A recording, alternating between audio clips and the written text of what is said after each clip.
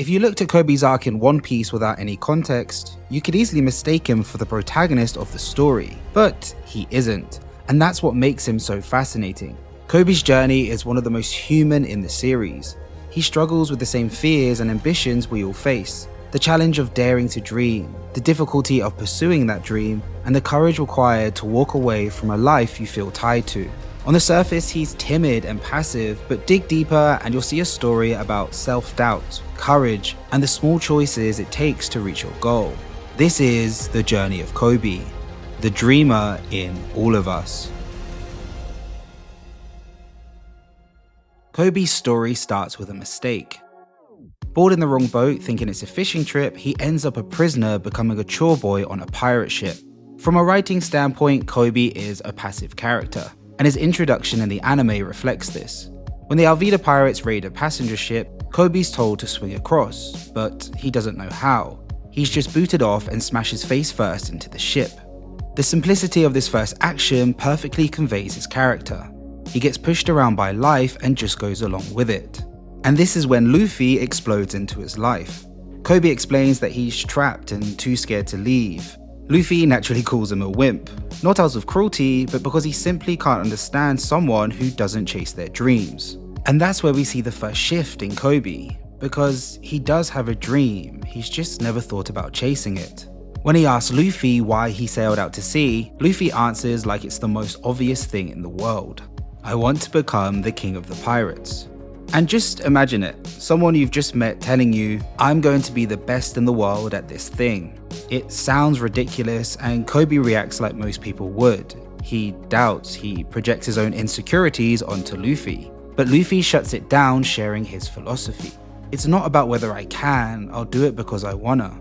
If I die fighting for that, then fine by me. And that one line cuts straight through to Koby's core, tapping into what author K.M. Weiland calls the lie the character believes.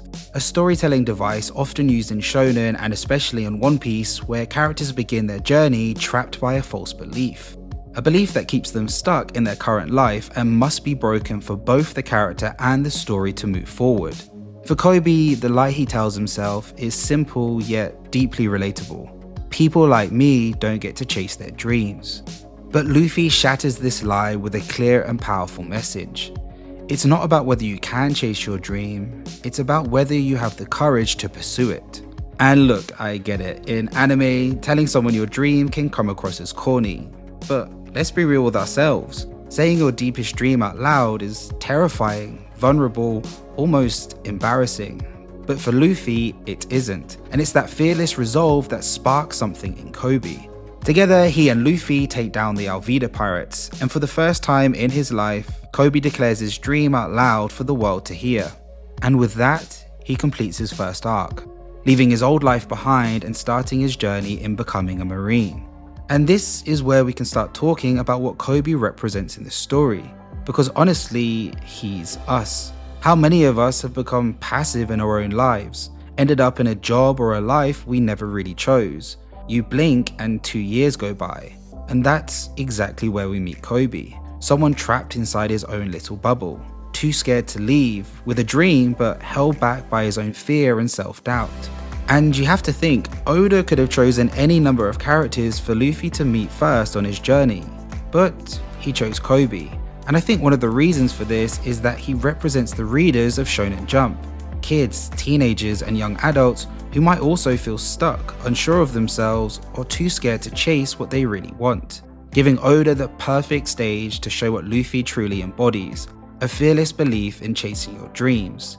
Because Luffy doesn't just defeat villains, he liberates people in the process, and Koby will forever be the first proof of that in the series. I love this first episode. It strays away from the manga, but just adds that bit more. And to me, the beauty here is that Koby's change didn't come from strength or skill. It started with a change of mindset. One thing that becomes crystal clear at the beginning of the Shellstown arc is Koby's quirk. Like many characters in One Piece, Oda often uses quirks as a writing technique to make his characters feel more unique. Some are played for comedy, like Robin's dark sense of humor or Frankie's loud super and Ingram's whilst others are used to create vulnerabilities often used for stronger characters. Sanji's chivalry and his refusal to ever strike a woman becomes a handicap in fights, and Zoro's freedom to roam around the story like a wandering swordsman is constantly undercut by his terrible sense of direction, constantly landing him in trouble. In Koby's case, his quirk is that he's outspoken, always quick to share his thoughts, but right now his mind is consumed with negativity. It's both a flaw and a starting point for something he'll need to overcome as his story unfolds. Shellstown serves as his first real test. It becomes a microcosm for the entire world. Captain Morgan, the head of the Navy base, meant to represent order and justice, rules through fear and ego. Helmeppo walks around the town having the townspeople bow to him like a celestial dragon, and Morgan has total control over the soldiers, even asking them to kill themselves. It's a direct commentary on the danger of blindly following authority that becomes prevalent in the series, and opens Koby's eyes that the world isn't so black and white, and forces him to confront his own beliefs. What kind of Marine does he want to become? Koby evolves in this arc, changing from being a passive character to an active one, as for the first time he makes bold choices. He frees a prisoner telling him this is wrong, shouts at Luffy to defeat these Marines. What did he say? And even has a gun to his head shouting he's not afraid of dying. As screenwriting teacher Robert McKee once wrote, true character is revealed in the choices a human being makes under pressure. The greater the pressure, the deeper the revelation, the truer the choice to the character's essential nature. And that's exactly what we see with Koby. In a moment of life and death, he stands up to injustice, even if it means defying the very institution he hopes to join. After defeating Captain Morgan, the Marines thank the group and say that out of respect for helping the town, they won't report them to HQ, but they still have to leave. This becomes a reoccurring element in the story. The Straw Hats liberate people again and again, but because they're pirates, the Navy has no choice but to chase them out. And just as often as not, it's the civilians who end up defending them. Luffy and Zoro step out, leaving Koby behind, with the Marines turning to him demanding to know if he's a part of their crew. Koby hesitates, but before he can answer, Luffy, grinning like an idiot, starts blurting out the whole story about Koby's time without Vida. It seems reckless, but it isn't. This is Luffy's final test. He's not protecting Koby anymore, he's forcing him to choose. Either have his past exposed and risk ever joining the Marines, or sever the bond with the person who set him free. So he chooses to punch Luffy square in the face, choosing his dream over their friendship.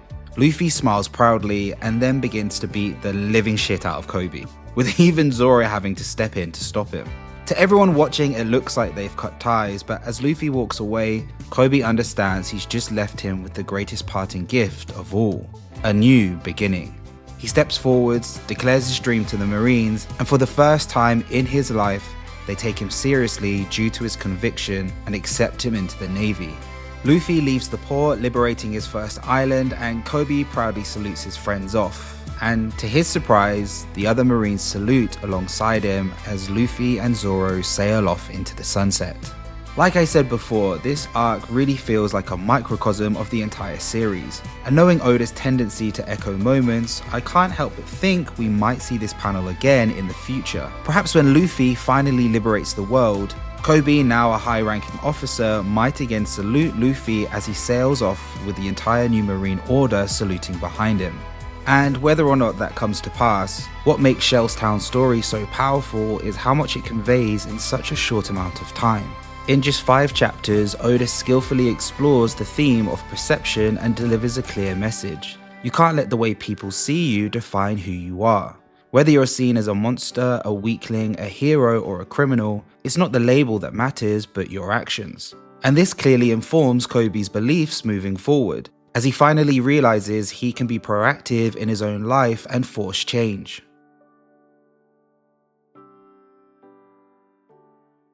Koby finds himself once again as a chore boy. However, this time he's working at the 153rd Marine Branch in Shellstown alongside Helmeppo.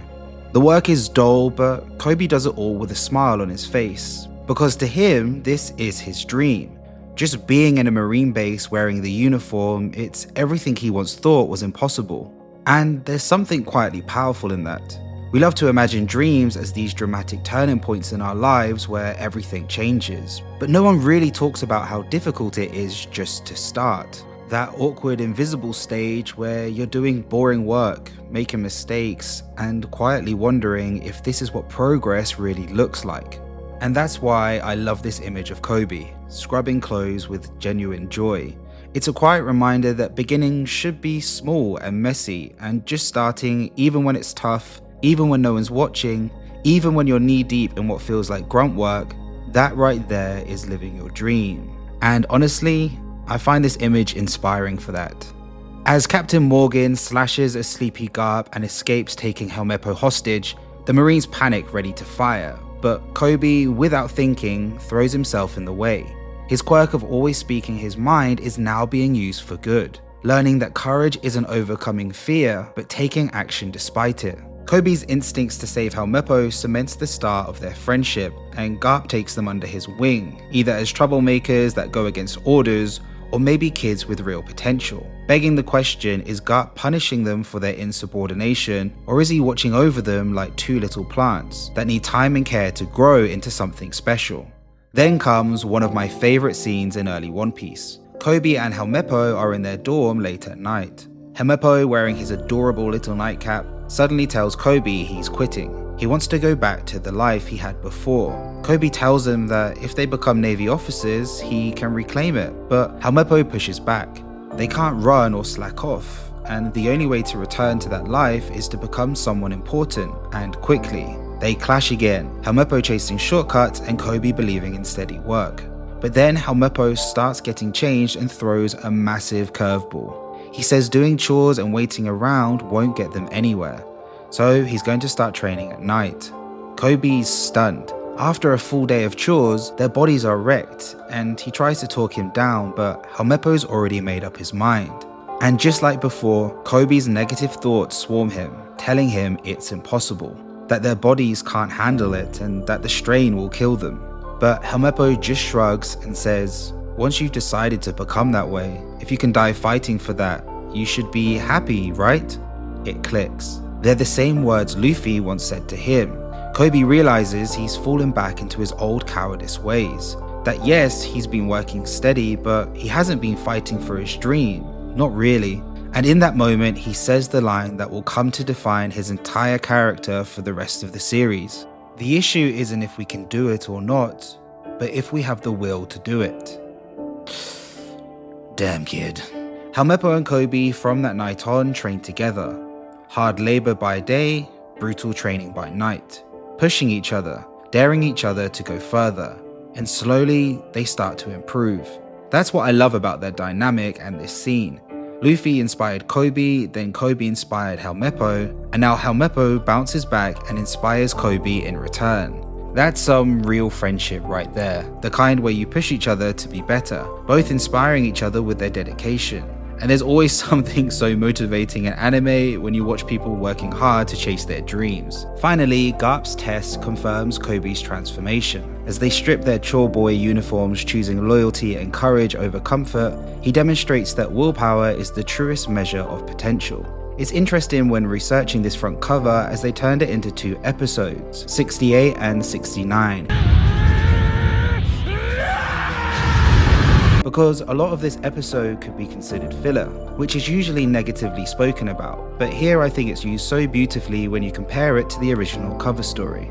And this is the beauty of Koby's early journey. His greatest enemy isn't a powerful foe, but the voice inside his head that tells him he's not good enough. But through persevering and being honest with himself, he pushes forward, taking small steps to reach his dream. And then in one final glimpse, tucked into the final page of Django's cover story, we see Garp, Koby and Helmeppo walking by, like they've just wrapped up another training session. And just like that, they vanish from the story, as One Piece explodes into an epic adventure, leaving Koby behind as a distant memory from the past. Most shonen series treat epilogues as cathartic moments to breathe after the chaos, but in One Piece, the aftermath often becomes just as thrilling as the climactic battle itself. There's always a sense that something unexpected is about to happen. Someone will appear, or a new piece of lore is about to expose itself. And the end of the post-Enies Lobby arc is one of the most beautiful examples of this. The Straw Hats have just done the unthinkable. They declared war on the world government, defeated CP9, and survived a battle that should have crushed them. Now they're hidden in Water 7, protected by the very people they fought for, mirroring the exact same reaction as the people in Shellstown. But what makes this moment unforgettable isn't the Straw Hats, it's Koby.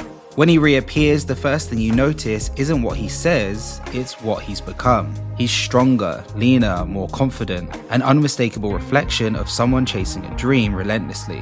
One Piece has a very striking visual language. When a character is chasing their dream, they change in a positive way. On the flip side, characters who give up or fail to reach their dreams begin to change negatively. This is something Oda demonstrates through his artwork, such as when he drew the Straw Hats as they would appear if they failed to reach their dreams. You can even see this in the main story too. Just look at Big Mom. When she was chasing her dream of becoming the Pirate King, she was a towering, beautiful, imposing force. But decades of failure, compromise, and obsession warped her into a towering, grotesque figure we know now. A living reminder of what happens when your dreams rot and you're filled with resentment. Koby admits he hasn't yet reached his dream of becoming a Navy officer yet. As for Helmeppo, Luffy and Zoro don't remember him and couldn't care less. We haven't really spoken about this yet, but Koby is used throughout the series for exposition. In Shellstown, he was the one to explain the Grand Line, and here he talks about Vegapunk, how the Navy can travel over the Calm Belt, and the New World. Saying their goodbyes, he blurts out his true dream.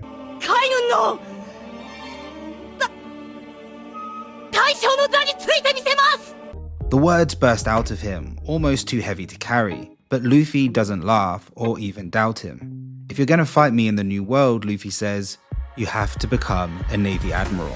Koby runs away, not out of weakness, but because the person who once inspired him now believes in him completely. Zoro notices it too. Didn't you just make another dangerous enemy? Luffy doesn't hesitate. Koby's a man who makes things happen. And in that moment, something changes. Koby's journey stops being about dreaming and it becomes about trying to reach your potential. And I still remember watching this epilogue for the first time. Luckily for me, I went into One Piece completely blind, and I remember being blown away when Koby reappeared in the story. It felt like running into an old friend you hadn't seen for ages. His reintroduction made me pause and reflect on my own journey. It was honestly this moment that I realized I'd never experienced a story this incredible before.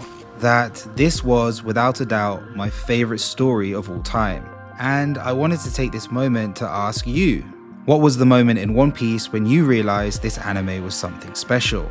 Drop it in the comments below. Marineford is the easiest point in the story to call the midpoint. Even though it isn't placed exactly in the middle, it functions like one. In storytelling, the midpoint is the moment where the story's direction shifts, where illusions break, stakes become real, and characters are forced to confront what their dreams actually cost. And for One Piece, that moment is Marineford. And for Koby, this arc becomes deeply personal. Until this point, becoming a Marine has been something abstract, an idea, a goal, something noble and distant. But Marineford forces him to confront a question behind that dream. What does it feel like to stand on a battlefield where justice is decided? Despite his rigorous training, he's confronted with fear and self-doubt all over again. Surrounded by destruction and dying comrades, he collapses under the enormity of it all and gives in to fear and runs away. And there's something painfully human in that. I mean, haven't we all been there? You start pursuing a goal, you feel great about yourself, you're finally working hard, sticking to it, and making great progress. And then you see it, someone who is far better than you. At first you're inspired, but then the weight of comparison sets in. You see the gap, and those crushing voices of self-doubt flood your mind. You'll never measure up to them, so why even try? It's soul-destroying, and that's exactly what we see happen to Koby in this moment. And then reality forces him to confront the stakes. Witnessing the consequences of cowardice and blind obedience through Akainu, who turns a poor Marine into barbecue food. Chicken Tonight recipe sauces taste so delicious, they're causing quite a stir. I feel like chicken tonight, like chicken tonight. Koby sees the extreme of justice he doesn't believe in. The Marine's rigid, unforgiving system is laid bare, and Koby understands something crucial. His dream is not about following orders blindly, It's about protecting life and acting on conviction. Luffy's arrival, plummeting into the heart of the battle, confronts Koby with the reality that inspiration alone isn't enough. He understands the massive distance between them, yet his determination prevails. And even though he gets one-shotted by Luffy with one of the most painful looking punches, Koby didn't run. And amid the senseless killing, something awakens in the boy that kept going. His quirk, once seen as a flaw, evolves. Now he's hearing the voices of everyone on the battlefield. Not with his ears, but with Haki. It's his justice, not absolute, not blind, but truth. His empathy to feel for others is now consuming him. The cries of pirates and marines dying for nothing all flood his mind. This is pointless, nonsensical killing. Koby knows he has to speak his mind. Koby steps in front of Akainu himself and screams, Hours earlier, he fled, and yet here he stands, knowing he can't win, yet compelled to speak his truth. For this brief, fleeting moment, Koby challenges the entire navy. No one else, not even Garp, Aokiji, or Smoker, voices their objection. Only Koby dares, embodying the very ideal of moral justice. However, Akainu, steadfast in his beliefs, does what we all expect. He goes to kill Koby. But the blow never lands. Instead, we get one of the greatest reintroductions in the entire series as Red Hair Shanks appears. He stops Akainu's fist and praises Koby. As Koby faints, Shanks declares that for better or worse, this moment has changed the course of history. And it has. Koby's stand buys the few precious seconds that saves Luffy's life. That single act stalls the battle long enough for Shanks to bring the war to an end. A ripple still felt to this day. And again, as we enter the time skip, Koby fades from the story. But this time, his pivotal role in Marineford ensures he remains in our minds, as it's clear he's destined for a larger role moving forward. After the time skip, Koby is no longer the unsure Marine fumbling through conflict. During the Rocky Port incident, he earns the title Koby the Hero, reflecting both Garp's legacy and his own growth as a moral and tactical force. Yet, he hasn't lost his core. His loyalty and admiration for Luffy remains, keeping him grounded even as his power and responsibility grows. Koby once again becomes a lens for the changing world. Through X-Drake and the Sword Organization, we see the Navy's hidden structure and the complexities of justice. He's no longer a bystander. He acts outside of traditional chains of command, willing to make choices when the system fails. At Amazon Lily, chaos erupts. The Marines deploy the new Seraphim, but the Blackbeard pirates invade. Koby tries to negotiate with Hancock, who refuses and unleashes her powers, petrifying Marines and pirate alike. When Teach seizes Hancock, they're in a standoff, only for the Dark King to intervene. But it's what happens after this that truly defines Koby. With the Marines powerless against an Emperor, Blackbeard targets 800 soldiers and a battleship. Where the Gorosei and Emu see their men as expendable, Koby proves the opposite. He steps forward, offering himself in exchange for their freedom. Blackbeard mocks him, poking fun at his ego, but ultimately accepts, leaving the image of a Marine willing to risk everything for his comrades. On Hachinosu, Koby finds himself face to face with an emperor, apparently eating the small fruit as the Blackbeard pirates look like giants compared to him. Blackbeard, ever the schemer, lays out his plan to use Koby as a bargaining chip, to turn the island into the so-called Blackbeard Kingdom. But Koby, determination written all over his face, refuses, firmly declaring that the Navy will never negotiate with terrorists, and reveals his true role as a member of SWORD. Aokiji, slightly taken back, explains SWORD operatives act independently of the Navy's chain of command. With ingenious planning, Koby has turned the tables on the master manipulator himself, a new aspect of his character we've yet seen. Then comes a pivotal shift. Perona frees him, and Koby's actions transform from defensive to reckless brilliance. He doesn't wait for help, he becomes the rescuer. He frees prisoners, uses himself as bait, and fights an island of pirates to buy others time, all while still shackled. This courage earns him a cross-guild bounty of 500 million berries, a testament to his rapid growth. Yet, when he learns that 3 Navy ships have arrived at the port, he remains humble, insisting it would be too arrogant to assume that they've come for him. We're then introduced to a slew of new Marines who we come to realize will be like the worst generation for the Marines. Fans have even speculated that Hibari might be Akaine's daughter, which would be some hilarious poetic justice if true, and I'd love to be a fly on the wall for that first meeting the parents moment.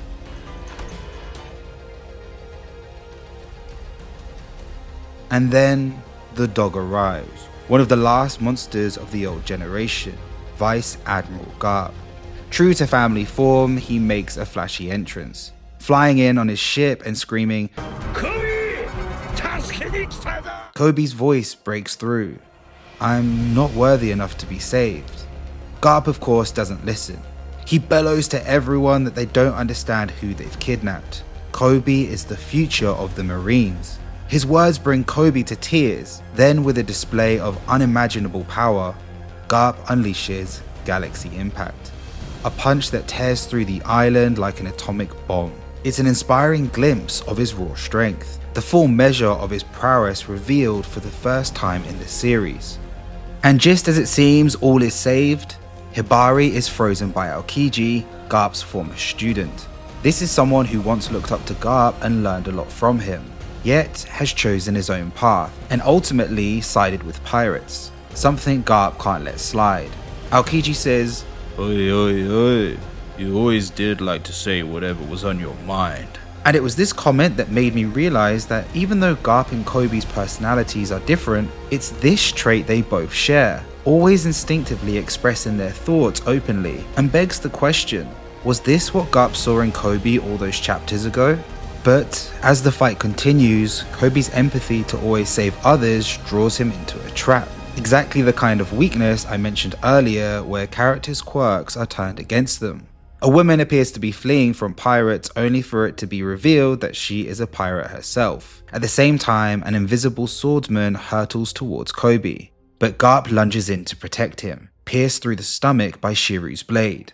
Pizarro, who ate the island fruit, begins preaching that they need to make a bigger name for themselves, and threatens to crush the Navy ship circling the island. Behind the monstrous hand stands Koby. His empathy hits him like a tidal wave. Those negative thoughts seep back in once again and consume him. With everyone rushing to save him, hundreds of civilians and Marines could die at his expense. In a chapter ominously named Final Lesson, Garp orders to destroy the hand. Gru protects the ship, Helmeppo keeps interference at bay, and Koby must be the one to destroy it. The weight of responsibility presses down on him. Even the people closest to him still doubt him. But it's time. The king of self-doubt must believe in himself. Every memory flashes before his eyes. The timid boy, the chores, the training, the battles, the choices that shaped him. It all leads to this moment. With a voice filled with determination, he declares, "I'll live up to expectations." And he does.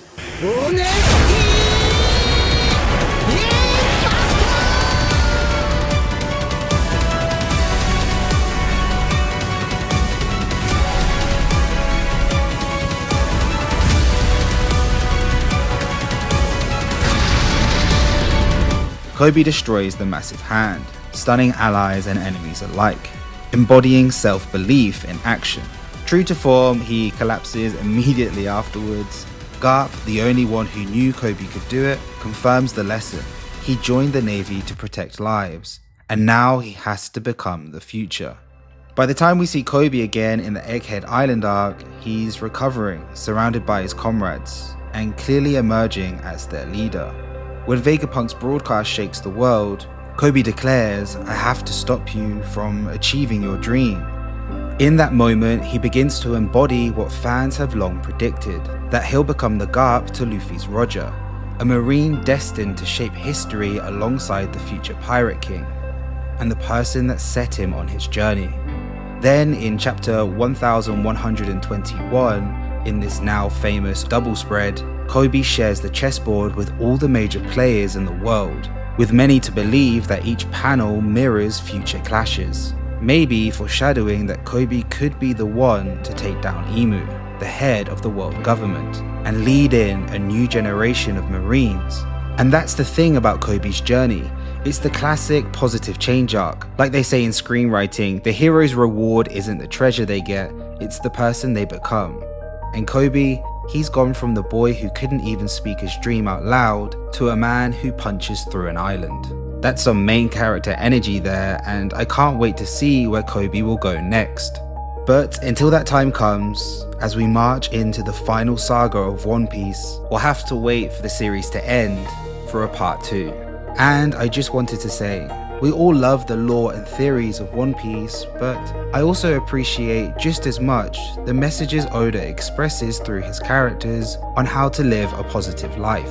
Koby's journey is so human. It reminds us that our main villain are our thoughts, and that changing your mindset from I can't to I can is the biggest hurdle of them all.